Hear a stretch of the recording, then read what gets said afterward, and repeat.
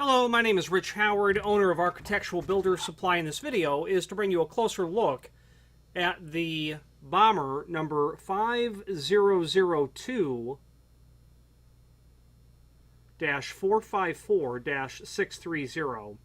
This is a, first of all, it's a stainless steel hinge is what it is. It's made of solid stainless. It is in a satin finish, and the 630 part number. Stainless picks up some magnetic properties when it's worked and machined, which is what you're seeing there. There's a heavy amount of working and machining that's been done to create these barrels. So that's where you'll see that slight amount of magnetism that's there. Made of stainless steel. The back is a telltale sign of what stainless steel looks like when it's unfinished. That matte gray sort of color. Let's dissect the part number. It'll help us understand what we're looking at. We're looking at a 5002. That's going to mean a number of things. In no particular order, that means it's a full mortise hinge. You can see from the swag on the hinge leaves there, here and here, that when the leaves are brought parallel, they're meant to be mortised flush to the edge of the door and frame to permit that small margin between the door and the frame. Okay. It also means it's a 5-knuckle hinge. It's a plain bearing hinge. If this was a ball bearing hinge, there'd be bearing packets inside of here. And it also means that it's a standard weight hinge, meaning the leaf thickness is 0.134, just greater than 1/8 of an inch. It means that it is a stainless hinge. The 2 in the part number, 5002, means that it is stainless steel as well. I don't think I've forgotten anything in that part number that tells us what this hinge is. Moving on, it's a 454. That means it's 4.5 by 4. And it's incredibly important to understand that the height is the first dimension on a hinge. Not like a door where the first dimension is the width. Hinges run the opposite way. And that's probably because the height is very important to the door and the hinge's ability to be able to hang the door. I don't know the history of who decided the height goes first on a hinge, although that would be interesting to know. So 4.5 by 4, be mindful of that. If it's 4.5, you can get by without knowing the difference.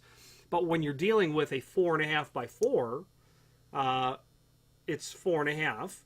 That's important because the vertical axis of pivoting is based on it being a 4-inch wide hinge.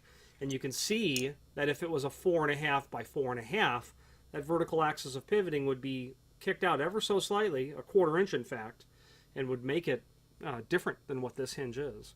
Where you will use a 4.5 by 4 is aluminum storefronts. Often will have a 4-inch wide hinge, and it's because I think that industry likes the less projecting hardware off the face of the door. Moving that vertical line in a 1/4 inch, there's less projecting hardware. It is more attractive, and I certainly agree that projecting hardware is can be a hazard. In fact, if you're walking down a hallway and you've got all these 4.5 inch hinges, you may not ever notice it, but if you're in the door hardware industry, you'll certainly notice it right away that those hinges hang off awfully greater than they need to.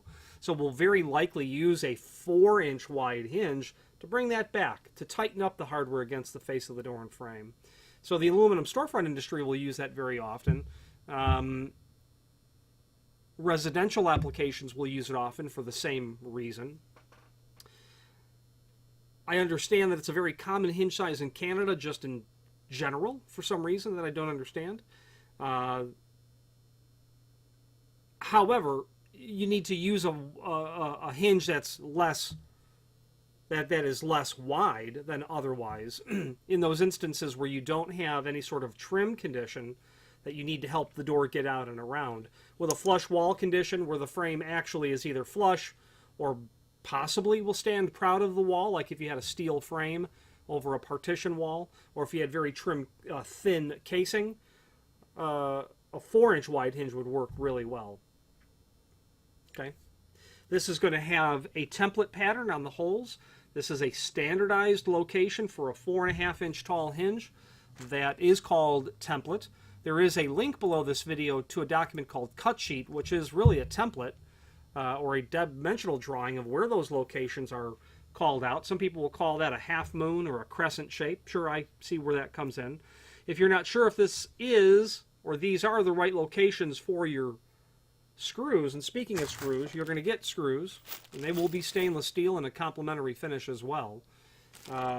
Check out that document to cut sheet because it will give you the locations for all of the holes. Also on that document are references to other hinges that apply to the same dimensional properties, but it's an easy way for us to also see the other hinge possibilities. You'll notice first there are 3 columns: steel, brass or bronze, and then stainless steel. You'll notice what changes, that last digit. The 0 becomes a 1 if you go from steel to brass or bronze. The 0 goes to 2 if you go from steel to stainless steel. The 5000 is your plain bearing 5-knuckle hinge. If you go to a 5012, you're then getting into a wide throw hinge. A hinge that is not narrower than it is wide, but wider than it is tall. Narrower than it is tall, you're getting into a hinge that's wider than it is tall, and that's where your casing conditions or your deep inset conditions will come into play. You'll see part numbers to 8000 series hinges. Same concept, except that it's not a 5-knuckle hinge anymore, it's a 3-knuckle hinge. A very nice, attractive looking hinge.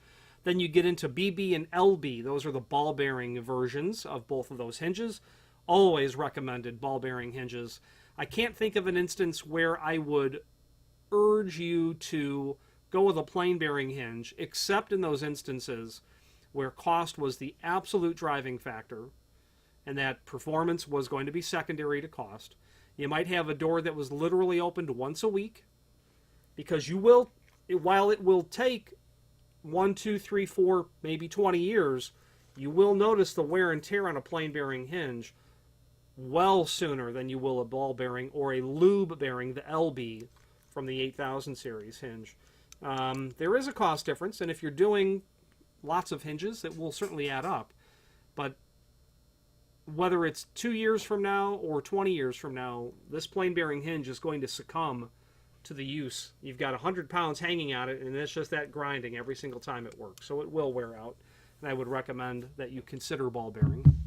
The 630 in the part number means made of solid stainless and a brushed finish. You can also do this hinge in a polished stainless as well, where they'll take the stainless and put a mirror finish on it, and that would be a 629 finish is what there would be on this. It is a bit regretful that the face of this hinge seems to have some machining marks to it, and it arrived that way. And the goal of this video is to represent the product that the manufacturer has sent to us. And here it is. There is a link below this video to a document called, there's a link below this video to the manufacturer's page, but before we get to that, there's detailed information that's in the description. For medium weight average frequency doors. It's a stainless steel hinge with a stainless steel pin. It's a template hinge, plain bearing and 5-knuckle with a non-rising removable pin standard. This pin is non-rising, meaning that it's engineered to not creep up with time, which hinge pins will do.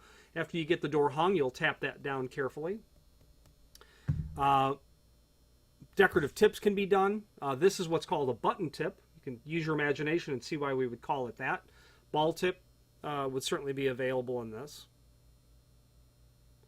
I don't know that, I would imagine that you can do acorn, steeple, and urn tips with this as well. I don't know if they can do those decorative tips in stainless. I know they can do them in steel and brass or bronze. You can also order this with a hospital tip, meaning they're going to take this hinge and they're literally going to cut this away, grind all this over, and the purpose of that is that it is intended to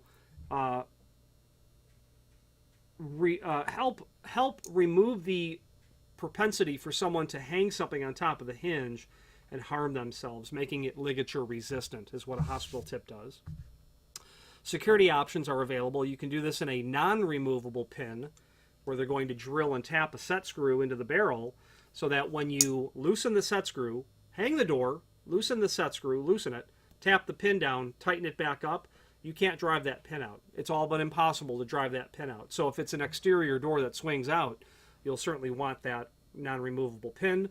But you can also do a security stud or their maximum security stud which is literally a piece of metal about the diameter of a nickel that's applied to the face of the hinge, and then a hole on the other side so that when the door closes, if you were to drive the pin out, that's all fine and well. You still can't separate the leaves from each other by tipping the door out because that big stud that's inside of there. And there will even be instances where you'll see non-removable pins and security studs as well, where you have applications where you need to put into play all possible options when it comes to security on a door. You'll see very secure facilities that are not detention related that will certainly have all of the options. Very rare, but I have sold people hinges with the stud and the non-removable pin. Finally, you can also do it in radiused corners. That's obviously square. You can do it in a 1/4 inch radius or a 5/8 radius. Very uncommon, but not unheard of to do that. Now, finally, there is a link below this video to the manufacturer's page where you can pull up not only all the Bommer products that we sell, but a link to the manufacturer's website, as well as a link to the full product catalog. Lastly, you can see the Bommer logo that's there, and right above it, Made in USA, a fact that Bommer is quite proud of, as am I to represent them. Any questions on the Bommer 5002-454-630, 5-knuckle stainless steel hinge, or any other Bommer product, please feel free to reach out to us. And thank you.